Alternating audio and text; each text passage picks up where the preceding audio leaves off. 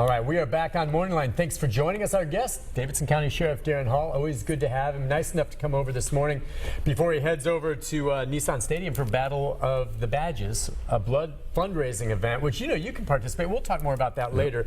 But we just touched on the shootings, of course, nationally of law enforcement officers. Wanted to ask you this, a couple things. First of all, sentencing for Corey Beatty occurred last week, and as it stands now, is he still incarcerated? Has he already been moved over to the state system? He's probably still with us. I haven't checked this morning, okay. But normally Tuesday or Wednesday or so of this week, 4 or 5 days later, we will get the actual paperwork and pack that up and make the move. Okay. Usually communicate with the Department of Corrections, and then we deliver the person. One of the things that's changed over the years is the Charles Bass Reception Center here in Nashville. It used to be where you would send all of your, if you want to say your intake, all the people who are being sent to prison. They shut that down, and so we're actually now going to West Tennessee and East Tennessee to deliver prisoners. So we don't do it as easily as we used to. Oh, but the intake is not here then? No. Oh, I didn't realize that. Yeah, and it's my understanding is the way that's has been working for the last year or 2 years, I guess, is that we take them to the facility and then they do the classification and the pre-it and all that work once we arrive. But it's a more complicated, more expensive, more difficult way to get them there. So I would say Tuesday or Wednesday, but it may be later in the week, early next week if we haven't made the run yet. But he he's been here since the last spent better part of the year the first time. Yeah, and then April, and he's been there since. Just can you give us any insight at all? I mean, you had told me that he and Vandenberg were essentially on the same floor. They weren't cellmates, but they would have likely had some contact or seen each other, probably, right? Do you think? Right, and I believe at one point, maybe later, they were actually in the same unit, which would mean there's 45 of us in here, and then there's 2-man cells or 4-man cells. So I mean, literally walking in the day room. When they get out, they'd be in there. Is anything in terms of any trouble behaviors? They're in general population. General population, and both, as you can imagine, when they're on what we call suicide watch, both wanted to come off of that. The other thing is they did want to. Yeah, wanted to come off of that, and we usually let the mental health staff insure us because they clearly it's a lockdown situation. So both come off of that pretty quickly. The other thing is it's really up to you and I. We're charge partners as we call it, and so if you list me as an incompatible or I list you as someone, then we're not going to put you together. But if either one of you feel that way, we just treat you like everybody else. So there's no problem on that, and they would prefer if they're not suicidal tendencies. Most inmates would prefer to be in general pop than isolated in suicide watch, right? Right, and I think it's always a little dicey because, and you know this better than anybody, but the first time they were tried together, and that's a little easier. This time, because they were tried separately, I have some concerns, or we have some concerns that because of what I might say in my trial, or you might say in yours. Right, Beatty could have said something to Vandenberg until the trial occurred in the second one. But and also I could say something on the stand or testify to something that. But the DA didn't ask you to keep them apart. No. So, and there was no problems, no fights, no threats against them. They weren't able to watch the trial or they could see news coverage. Right. Maybe they would have seen the news reports, perhaps. The inmates were aware of these very individuals. Aware of the situation. Not the live feed, and surely not what you guys did. Which, by the way, my mother, who's home today with surgery, she's had watched gavel to gavel, never misses it. She tells me more about if you do, she probably knows more about the case than anyone. A lot of people watch it closely. They're very into it, but it's they don't get to watch that, but it's something that with the technology and the way it is today in the free world, as we call it, the information is pretty quickly, whether it's through visitation, whether it's through the news accounts, they know exactly what's happening. All right, let's take a call or two, and who we're going to start off with this morning. Yes. Joe. All right. Joe, good morning. How are you, Joe? Good morning, Nick. Hey. Sheriff. Good morning, Joe. I just want to tell you good luck with your blood drive. Hope you win. Thank you. Second thing, I'll make a couple of quick comments here. See where a good mayor's done thrown another monkey wrench in this catastrophe with the jail with the soccer field out there that you was going to use, and they decided not to let you use it, to let the soccer guys have it to play on. So that's another one of them catastrophes with the jail. And the other comment I want to make, and this goes back to a program Nick had the other day, and he was out Thursday, so I didn't get to comment on it, was these Black Lives Matter protesters. One of the first things they need to work on is the black-on-black crime in the United States, which I think Reverend Fuzz addressed it. It was 5,000 people black-on-black crime last year, either killed or whatever. And the first people that you call when you get into trouble is the police department. So they need to keep that in mind also, because it keeps going like you addressed it, where some places are already sending 2 officers where they did send 1. And in my opinion, in Nashville, Tennessee, they need to have 2 people in a car, not 1, for any cause. But with that being said, there you dad, hello, and good luck with this catastrophe with the jail.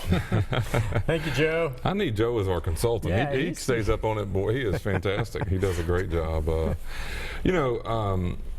Yeah, as to what's going on, I really do. I believe Nashville, by the way, in any instant this can change for any city, but I do believe Nashville is in a really good place for a couple of reasons.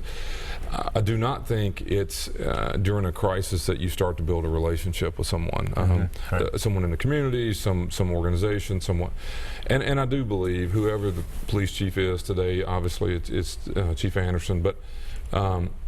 I think we as a community work pretty hard at trying to have relationships built. He mentioned Reverend Fuzz, who's very active in this community, but I can name all sorts of Reverend Thomas, Tex Thomas over on Jefferson Street. There are all sorts of different African American ministers and leaders in the community. I spent, 2 hours last week with a Muslim organization, and this isn't as a result of a crisis we've had or something that's going on, and this is all about trying to build a relationship, so if and when we have a situation, I shared with them the deal where, we were knocking on the door to serve an eviction notice, and if a person was, let's just say, of Muslim faith and didn't understand what our role was, we're just really here to inform you that you're being evicted. We're not going to physically arrest you and take you with us and lock you up in jail and so forth. But the person on the other side of that door may not know that. And so all of that information and just a relationship that needs to be, one of the things that was interesting to me was some members of the Muslim organization was talking about their prayer requirements and how when you're going to court, a person is not allowed to pray during that time. And we explained that there are security requirements. We can't clearly relieve all of those requirements, but I think we can be more sensitive to certain needs. That's a fair way of saying it. A lot of folks who don't understand the Muslim faith, and I'm surely not an expert in it, need to be more aware of what it is. I mean, is there a way to accomplish what we're trying to do within our security apparatus? So I just think that's just a small example, but the police department, Chief Anderson and I are good friends, and he meets, and I meet with organizations all the time, not as a result of what just happened. The other thing that I always think is worth noting, I mean, the Sheriff's Office is the most diverse organization in the whole government. What do you mean diverse? Yeah, diverse, but racially and by gender. You mean among the staffers? Yes. Okay. Yes. So I think what I want people to understand is, if you go back and look at the Ferguson situation, and my numbers may not be exactly right, but fairly small police department in a town called Ferguson. If you look at the racial makeup of the city of Ferguson or the town of Ferguson, and you look at the racial makeup of the police department, it is so out of balance. Right. It needs to reflect. Okay, but I want. Can you speak to this? I mean, one reason in Baton Rouge things, and I'm not sure it related at all to yesterday's shooting necessarily, but the tensions were heightened when reports came after the fact that over the past year there were some 35 complaints for excessive force in that city, and not a single officer was charged with a crime. And maybe they were all justified, but a lot of people look at that and think, like a lot of groups, they kind of have each other's backs. And yeah, that officer, the investigation, he may have stepped over, but we're all in blue, and he didn't do anything wrong. And that's what some people may perceive. I just saw those reports and I thought, gosh, that's going to make things worse in Baton Rouge when I see this. Yeah. That was the story. And it was a factual story that was reported. So I just worry. I mean, I know you discipline deputies and you follow it up, but when those kind of stories come out, and in some places like Ferguson, I think that was true. They look the other way when, they're not policing themselves. Yeah, I think there's 2 or 3 layers to it. You hit on one of them for sure. I mean, I would want, if I were advising Baton Rouge, I would want my police department to look like my community. That doesn't solve the problem. I would want the people who are investigating police officers to look like my community. One of the things I've always said about churches, for example, is if the people who are leading the church organization are elderly people, elders as usually elderly, and they're wondering why they can't get young people to come to church. Yeah. I think you have to find a way to let the leadership reflect what you're trying to accomplish. And so let's say you have a police department in Baton Rouge, and I do not know the numbers, that is representative of the community.